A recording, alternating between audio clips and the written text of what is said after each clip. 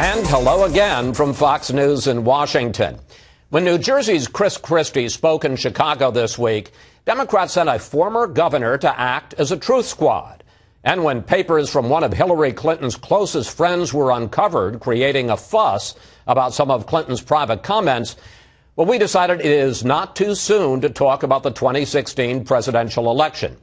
Joining us from Ohio, that former governor, Democrat Ted Strickland. And from Texas, former Bush White House senior advisor, Karl Rove. All right, gentlemen, we're going to get to Chris Christie in a moment, but let's start with those papers from close Clinton friend Diane Blair. In the papers, Hillary Clinton calls Monica Lewinsky a narcissistic Looney Tune and adds it was consensual, was not a power relationship, and not sex within any real meaning of the term. We get comments like these. HC still in despair that nobody in White House tough enough and mean enough. And then there is Senator Rand Paul going after former President Bill Clinton as a sexual predator. Their standard bearer seems to be a guy that was committing the workplace kind of violence that we should all be opposed to. Karl, I understand that Republicans are going to need an affirmative agenda, but does all that history, does it have any traction in 2016? Well, it may, but the trouble for Republicans is going to be it's easier to say what you're against and harder to say what you're for. Go back to 2000, for example. It would have been easy for then candidate Governor George W. Bush to have repeated some of the charges made by Newt Gingrich and others against the conduct of Bill Clinton in the White House. But instead of being against something, he said, I will restore dignity and honor to the White House, describing what he was for. And anybody who is going to take on Hillary Clinton in 2016, if she is the Democratic candidate or if she does run, Democrat or Republican, had better focus on describing what they're for in a way that allows them to contrast implicitly with Mrs. Clinton. Democrat or Republican, easier to say what you're against, harder to say what you're for, and more important to say what you're for. But Governor Strickland, if elections, and it's almost a cliche by now, if elections are about the future, doesn't Hillary Clinton and to a certain degree Bill Clinton, don't they have a lot of history to live down? Well, Chris, they do. But, you know, some people think the Republican Party is a party of old ideas. And I agree with Karl on this issue. To go back and to regurgitate something that happened 15, 20 or more years ago, I don't think says a lot about the future. And I believe the 2016 presidential election, regardless of who the candidates are, should be about the future and not a rehashing of the past. Well, let's talk about Clinton's record as Secretary of State, which I'm sure you both would agree will be fair game. It'll be the last public role she held before she runs, if she runs. No signature diplomatic breakthroughs. And then, of course, there's also Benghazi, where even on the day that the 4 Americans, dead Americans from Benghazi were returned to Andrews Air Force Base, Clinton seemed to conflate the attack on the consulate with that anti-Islam video. Take a look. We've seen the heavy assault on our post in Benghazi that took the lives of those brave men. We've seen rage and violence directed at American embassies over an awful internet video that we had nothing to do with. Karl, how big a deal will Benghazi be for Hillary Clinton over the next 2+ years? I think it'll be a big deal for 2 reasons. First of all, there are lots of unanswered questions. Why did she and her top officials in the State Department ignore the demands for security, the requests for security in our facilities in Libya? Why did the United States government, the State Department specifically, ignore the actions of other governments like the United Kingdom in removing their diplomats from Benghazi? Who is responsible for sending out Susan Rice to tell the American people this was all about an internet video?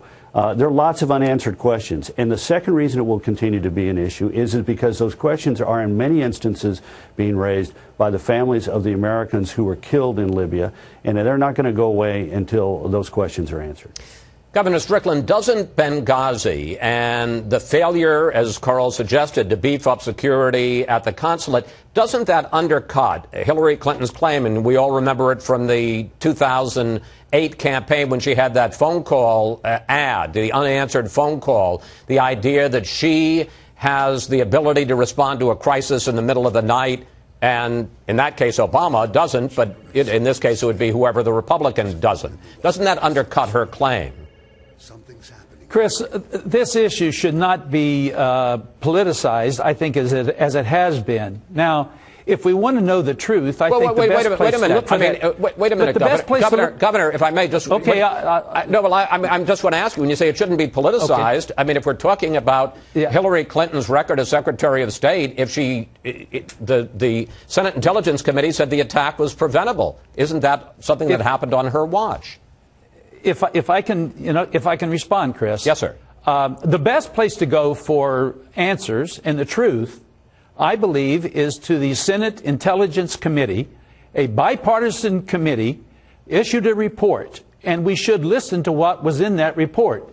And that report indicated no cover-up. The report indicated no direct responsibility from Secretary Clinton. And that, I think, is the fairest answer to the questions that are being raised. Let's go to the bipartisan Senate Intelligence Committee report and reach our conclusions from that report. All right, gentlemen, let's move on to Chris Christie. And quite frankly, Governor, to your comments this week when you shadowed Chris Christie to Chicago when he was speaking to the Chicago Economic Club about Christie's role in the closing of those bridge lanes to the George Washington Bridge. Here's what you had to say. Either the governor knew and he is lying, or he is the most inept, incompetent chief executive imaginable. Governor, two questions. First of all, why are you shadowing Chris Christie 2+ years before a campaign? And isn't it possible, as he claims, that he just didn't know? Well, Chris, Bridget Kelly was his deputy chief of staff, and he fired her because he says she lied to him, but he didn't ask her why she sent that email or who urged her or told her to send that email. That's just unbelievable. I cannot believe that a governor, and I've been one, and I've had a close staff, and we've worked together on a daily basis. Why didn't he ask her why she sent that email and try to find out why and who told her to do that? She obviously didn't do that on her own. And that's just one of the many issues that I think need to be answered and addressed in this controversy. And why, sir? If the governor didn't do that, then why didn't he do it? Why are you shadowing Chris Christie 2+ years before he's even a candidate? Well, because he's been put out there by the Republican Party as the leading candidate for the presidency in terms of the Republican nominee. And so he is a national figure. He has described himself as a national figure, and he's the head of the RGA. And quite frankly, what he does is of broader concern than simply being the governor of New Jersey.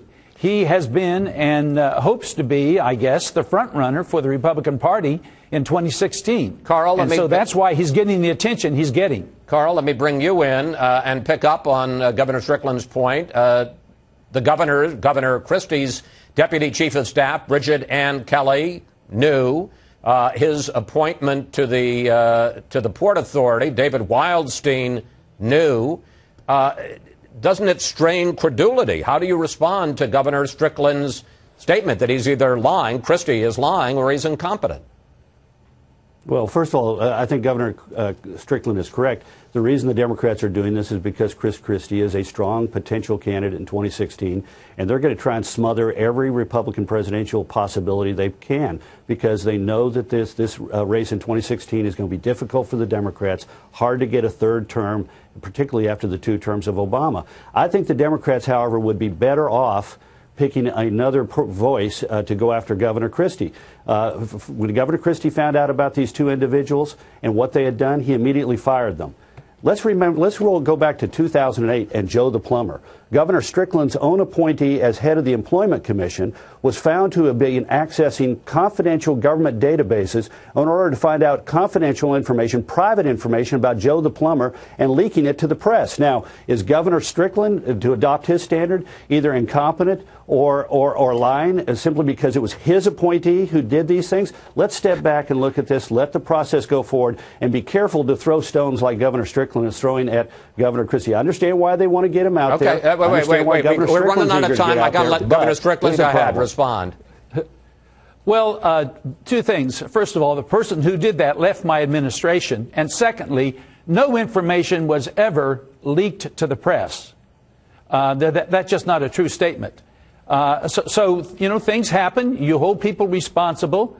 And the Governor Christie has held Bridget Kelly responsible. But we still do not know who told Bridget Kelly to do what she did. Okay. Obviously, there were who told your employment commissioner? Who told your employment commissioner to do what she did? And she did leak confidential information. Damaging information about Joe the plumber was leaked to the press.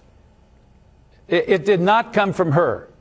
It did not. Who did it come from, Governor? Who did it come from? Who did it come from? From confidential government databases, Governor. Carl, there was no information about Joe the plumber that was leaked to the press. There was indication I'd go back and look at the record, Governor, if I were you. Gentlemen, I'd go back and look at the public record. Gentlemen, we're going to have to cut it off here. I will say, Carl. Carl, we'll continue this conversation if you'd like. I'll give you my phone number. Yeah, listen, you two continue this conversation offline. We'll settle the issue of Joe the plumber in addition to Hillary. You know, it's sort of one of the golden hits, an olden Goldie. Carl, Governor Strickland, thank you both. Thanks for joining us today.